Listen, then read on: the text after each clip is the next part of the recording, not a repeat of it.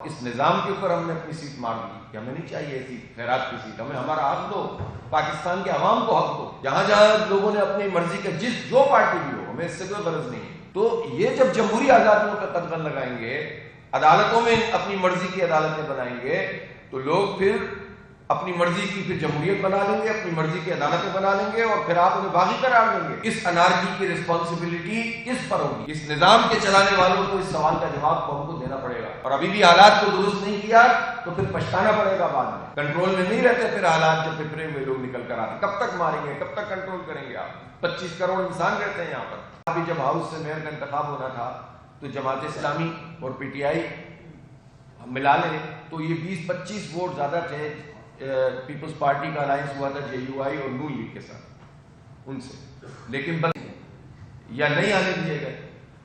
P T I کے 62 میں سے 32 غائب ہو گئے، اور اس کے نتیجے میں ریاضی تبدیل ہو گئی اور ایک زبردستی وہاں میئر بن گیا۔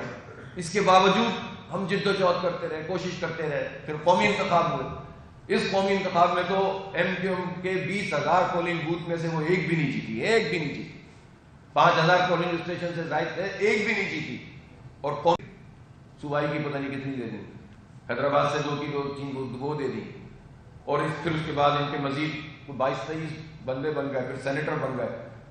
ابھی یہ بہت بڑے چیمپئن بنے ہوئے شہری حقوق کے، پچھلے 40 سال میں پیپلز پارٹی کے ساتھ مل کر تمام شہری حقوق پر جو ہے قبضہ کرتی رہی ہے ایم کیو ایم اور پیپلز پارٹی۔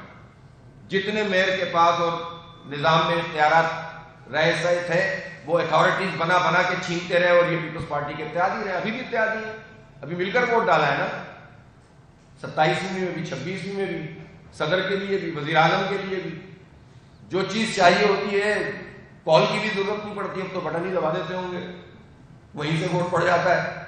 تو ابھی چیمپئن بن رہے شہری حقوق کے، شہر کا تو بیڑا غرق کر دیا ان لوگوں نے۔ تو یہ جو طرز عمل ہے، اس کے نتیجے میں پھر کیا ہوگا؟ اب وہ 2024 کے انتخاب میں انہوں نے مجھے ایک سیٹ پر، جس میں میرے نمبر 700-800 کم تھے، 800,000 کے قریب، اس پہ مجھے ڈکلیئر کر دیا کہ میں جیت گیا ہوں، اور باقی ہماری جتنی سیٹیں تھیں وہ سب کھا گئے۔ تو پھر ہم تو یہ قبول نہیں کر سکتے تھے، اور الحمدللہ ہم نے مشورہ کیا، اور اس نظام کے اوپر ہم نے اپنی سیٹ مار دی کہ ہمیں نہیں چاہیے ایسی خیرات کی سیٹ، ہمیں ہمارا حق دو، پاکستان کے عوام کو حق دو، جہاں جہاں لوگوں نے اپنی مرضی کا جو پارٹی بھی ہو، ہمیں اس سے کوئی غرض نہیں ہے۔ تو یہ جب جمہوری آزادیوں کا قدغن لگائیں گے، عدالتوں میں اپنی مرضی کی عدالتیں بنائیں گے، تو لوگ پھر اپنی مرضی کی پھر جمہوریت بنا لیں گے، اپنی مرضی کی عدالتیں بنا لیں گے، اور پھر آپ انہیں باغی قرار دیں گے۔ تو اس انارکی کی رسپانسبلٹی کس پر ہوگی؟ اس نظام کے چلانے والوں کو اس سوال کا جواب قوم کو دینا پڑے گا، اور ابھی بھی حالات کو درست نہیں کیا تو پھر پچھتانا پڑے گا بعد میں۔ کنٹرول میں نہیں رہتے پھر حالات، جب پپرے میں لوگ نکل کر آتے، کب تک ماریں گے، کب تک کنٹرول کریں گے آپ؟ 25 کروڑ انسان رہتے ہیں یہاں پر، کتنا عرصہ چلائیں گے اس طرح سے؟ اس لیے بہتر یہ ہے کہ ان آوازوں کو وہ سمجھ لیں اور حالات کو بہتر بنا دیں۔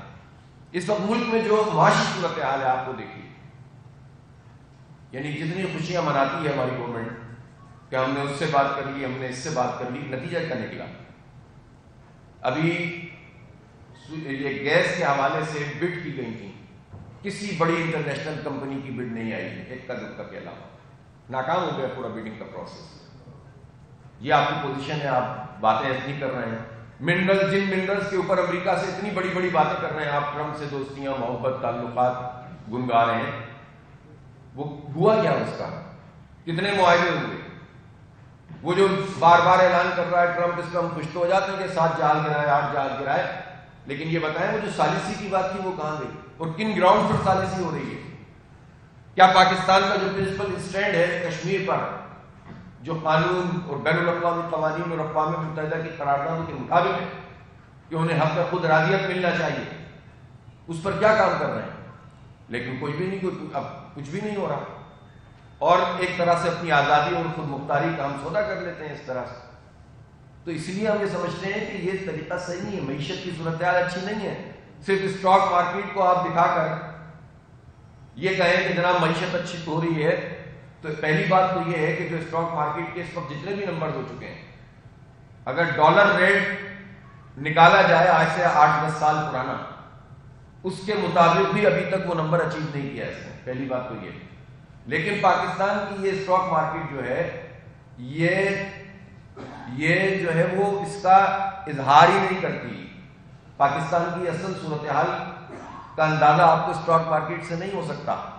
وہ ڈپکٹ نہیں کرتی. اس کی وجہ ہے کہ سکتے کی مارکیٹ ہوتی ہے اور چند لوگ اپنی مرضی سے اس میں جو ہے کردار ادا کرتے ہیں. اصل چیز دیکھنی ہو عوام کی سطح پر تو آپ گروسری اسٹور پہ جائیں سودا لینے کے لیے, آپ کو پتہ. تو آنے کے بعد کیا کہتے ہیں؟ پہلا جملہ تو بہت مہنگائی ہو گئی ہے, ہر چیز آگ لگ گئی ہے. یہی بات ہوتی ہے نا ہمارے گھر کی خواتین, پیسے تو آپ ہی کو دینے پڑتے ہیں. تو اس کے نتیجے کیا ہے؟ ہر چیز, کپڑے ہو, کھانا ہو, آپ کی جو ہے وہ بنیادی ضرورت کی چیزیں ہوں, ہر چیز مہنگی ہو رہی ہے. اور حکومت کہتی ہے معیشت بہتر ہو رہی ہے. آپ نے زبردستی ڈالر کو لاک کر کے رکھا ہوا, پتہ نہیں کتنا روک سکیں گے. آپ یہ بتائیں گے جو اور جتنے اشاریے ہو سکتے ہیں, آپ آئل میں آگے نہیں بڑھ رہے, گیس میں آگے نہیں بڑھ رہے, آپ جو ہے وہ ایجوکیشن میں آپ لوگوں کو امپاور نہیں کر پا رہے, تو کیسے آپ کی معیشت ترقی کرے گی؟ ایک زراعت کی جس میں پچھلے سے پچھلے سال ہمیں 6.54% کی گروتھ ہوئی تھی. پچھلے سال فسکل ایئر میں صرف 0.54% گروتھ ہوئی. گویا کتنا نیچے چلے گئے, جس پر ہمارا پورا انحصار ہے. تو وہ بھی آپ نہیں کر سکتے. گندم کا کرائسس, چینی کا کرائسس, چینی کی قیمت بڑھتی چلی جا رہی ہے, کوئی روکنے والا نہیں ہے. گنے کے حساب جو ہے وہ اپنے حساب سے ہوتے ہیں, عام کسانوں کا بیڑا غرق کر دیتے ہیں, مافیاز کو سپورٹ فراہم کرتے ہیں. تو ایسی صورتحال میں معیشت کیسے پنپے گی؟ تو آج بھی رپورٹس آئی نہیں ہیں کہ پورے پاکستان میں جو اس وقت صورتحال ہے وہ جو ان امپلائمنٹ ہے وہ تیزی سے بڑھتی چلی جا رہی ہے. اب کہتے ہیں تقابل کرتے ہیں پنجاب سے دوسرے صوبوں کو. بھائی جو تقابل اس سے ہوگا کہ آپ کی پرفارمنس پہلے کیا تھی اور اب کیا ہے. تقابل اس سے نہیں ہوگا کہ آپ 4 صوبوں میں سے جو پہلے سے بہتر ہے اس سے تقابل. اب سندھ کا کیا تقابل ہے کسی سے؟ ہاں سندھ کا, بلوچستان کا, اور اب ماشاءاللہ KP بھی شامل ہو گیا. کرپشن میں آپ تقابل کریں ان کا کہ کون زیادہ اس میں آگے بڑھ رہا ہے, وہ بنتا ہے. لیکن ترقی میں کیسے آپ تقابل کر سکتے ہیں کہ جس طرح سے چور بازاری اور لوٹ مار کا نظام چل رہا ہے حکومتوں میں, اور جس طرح مافیاز سرگرم عمل ہے, اور آپ کیا سمجھتے ہیں کہ پنجاب اس سے, وہ الگ بات ہے کہ چونکہ کمپیریٹیولی اس سے بہتر ہوتا ہے تو آپ کہتے ہیں کہ جناب, ورنہ آپ پنجاب میں بتائیں نا زراعت کا کیا بیڑا غرق کیا. یہ جو وعدہ کیا تھا کسانوں سے کہ 3900 روپے کا گندم ہم خریدیں گے, اور وہ گندم جا کر 2100 اور 2200 روپے میں کسانوں نے بیچی ہے, اور اس لیے بیچ دی ہے کہ ان کے پاس بندوبست نہیں تھا.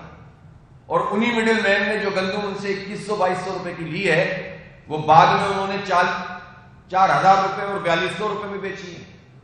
اور آگے وہ مہنگا ہوتا چلا گیا ہے کہ یہ جو مڈل مین ہے, جو حکومت کے $1 بلین کی گندم امپورٹ ہوئی تھی وہ پنجاب میں ہی ہوئی تھی نا, مہنگی پنجاب کی وجہ سے ہوئی تھی, اس کا کون پوچھنے والا ہے؟ تو جو مجموعی طور پر صورتحال ہے معیشت کی, اگر آپ ہر شعبے میں جا کر دیکھیں گے وہ نیچے کی طرف جا رہا ہے. پھر ہم معیشت کیسے بہتر ہو جائے گی؟ اس لیے اس پورے نظام کی تبدیلی کی ضرورت ہے. ہم سے وعدہ کیا گیا تھا کہ جو انٹرسٹ ریٹ ہے یہ مارچ 2025 میں ہم سنگل ڈیجٹ پہ لے کر آئیں گے. ابھی بھی 11% پہ چل رہا ہے. تو پھر آپ کی انٹینشن کیا ہے؟ سود ختم کرنے کی انٹینشن تو نہیں ہے. 26ویں ترمیم میں جو لالی پاپ دیا گیا تھا کہ اس میں مذہبی اسلامی ٹچ ڈالنے کے لیے, لوگوں کو یہ بتانے کے لیے کہ ہم نے تو بڑا کارنامہ انجام دیا, جبکہ آئین میں پہلے سے موجود ہے کہ سود کا خاتمہ ہوگا, لیکن اس میں ایک تاریخ طے کی گئی تھی کہ 2027 کے 31 دسمبر تک یہ ہوگا. تو ہم یہ پوچھنا چاہتے ہیں نا کہ اس پر بتدریج کم ہونا چاہیے تھا نا. تو کتنا کم ہوا سود کا ریٹ؟ تو 11% سود کے ریٹ پہ آپ کیا سمجھتے ہیں کہ معیشت بہتر ہوگی؟